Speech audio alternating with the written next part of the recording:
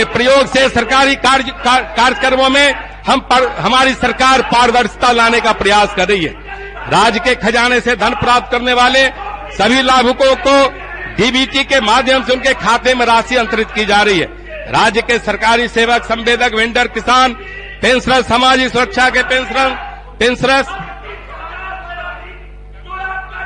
छात्रवृत्ति, आपदा प्रभावित व्यक्तियों, जन वितरण प्रणाली के लाभ आदि के अंतर्गत लाभुकों के खाते में सीधे राशि भुगतान किया जा रहा है। सुदूर ग्रामीण क्षेत्रों में बैठे हुए हमारे सम्मानित वृद्ध एवं किसान के खाते में पेंशन की राशि पहुंचती है तो उनके चेहरे खिल उठते हैं। माननीय अध्यक्ष महोदय, हम बिहार के यशस्वी मुख्यमंत्री श्री नीतीश कुमार जी के नेतृत्व में भ्रष्टाचार के खिलाफ अपना संघर्ष जारी रखें। अध्यक्ष महोदय, नेता विरोधी दल द्वारा यह भी आरोप लगाया गया था वित्तीय वर्ष के अंत में कोषागार से राशि की निकासी कर मार्च लूट को बढ़ावा दिया जाता है।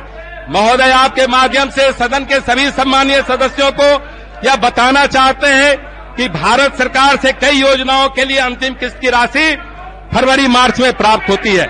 इसलिए बजट सत्र में अनुपूरक बजट से राशि का उपबंध किया जाता है। इस राशि का व्यय मार्च में ही हो सकता है क्योंकि बजट उपबंध ही फरवरी मार्च में हुआ है। महोदय, मार्च लूट शब्द अपने गुजरे दशकों की बात हो गई। उस जमाने में हुआ होता होगा जब बिना बजट हुआ मंटन के ही राशि की निकासी हो जाती थी। मैं विस्तार से इस पर सदन में चर्चा नहीं करना चाहता। कभी तो पशुपालन ऐसे घोटाला आज बिहार के सामने एक चुनौती के रूप में खड़ा हुआ है। हमारी सरकार द्वारा वर्ष 2007 से ई शासन परियोजना के तहत कोषागारों का कंप्यूटरीकरण किया गया, जिसके अंतर्गत बजट आवंटन, निकासी और व्यय का स्वतंत्र अनुश्रवण किया गया। सिस्टम से बजट आवंटन से अधिक निकासी असंभव है। अध्यक्ष महोदय, सम्मानित सदन के समक्ष जो बजट प्रस्तुत किया है उसमें विकसित बिहार की एक झलक दिखती है। हम सदन के माननीय सदस्यों के सहयोग से कठिन परिश्रम अपने बिहार के यशस्वी मुख्यमंत्री श्री नीतीश कुमार जी के नेतृत्व में करेंगे। बजट का क्रियान्वयन 100% सुनिश्चित करेंगे।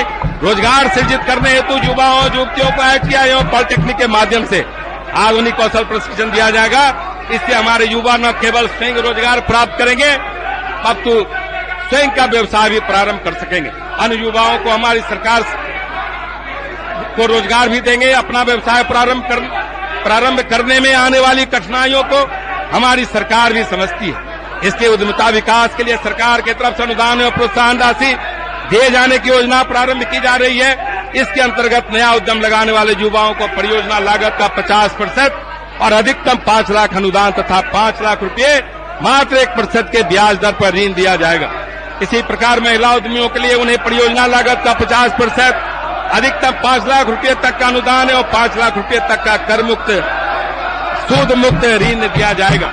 इसके लिए 400 करोड़ रुपए का बजट प्रावधान किया गया है, जो अंतिम नहीं है।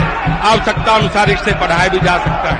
7 निश्चित के अंतर्गत इंटरमीडिएट उत्तीर्ण और विवाहित महिलाओं को तथा स्नातक उत्तीर्ण होने पर महिलाओं को क्रमशः 25,000 और 50,000 रुपए आर्थिक सहायता दिए जाने की भी योजना है। महोदय, सभी गांवों में स्ट्रीट लाइट, ठोस एवं तरल अपशिष्ट प्रबंधन, पशु एवं मत्स्य संसाधनों के विकास के लिए 7 निश्चित में विस्तृत कार्यक्रम प्रारंभ किए जा रहे हैं। इसका लाभ राज्य के सभी विधानसभा क्षेत्रों की जनता को प्राप्त हो, ये दायित्व हम मिलकर निभाना है। स्वच्छ शहर, विकसित शहर निश्चय को प्राप्त करने हेतु शहरी गरीबों के लिए बहुमंजिला आवासन, वृद्धजनों के लिए आश्रय स्थल तथा सभी शहरों में विद्युत सौदागृह सहित मोक्ष धाम के निर्माण के लक्ष्य को जनप्रतिनिधियों के सहयोग से हम इसे प्राप्त करेंगे। अध्यक्ष महोदय, कोविड-19 महामारी ने त्वरित स्वास्थ्य सेवाओं के महत्व को प्रमाणित किया।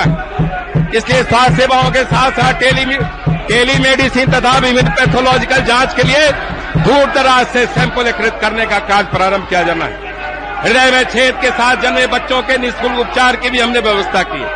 पशुधन के स्वास्थ्य सुविधा के लिए टेलीमेडिसिन तथा डोर डिलीवरी प्रणाली की व्यवस्था की है।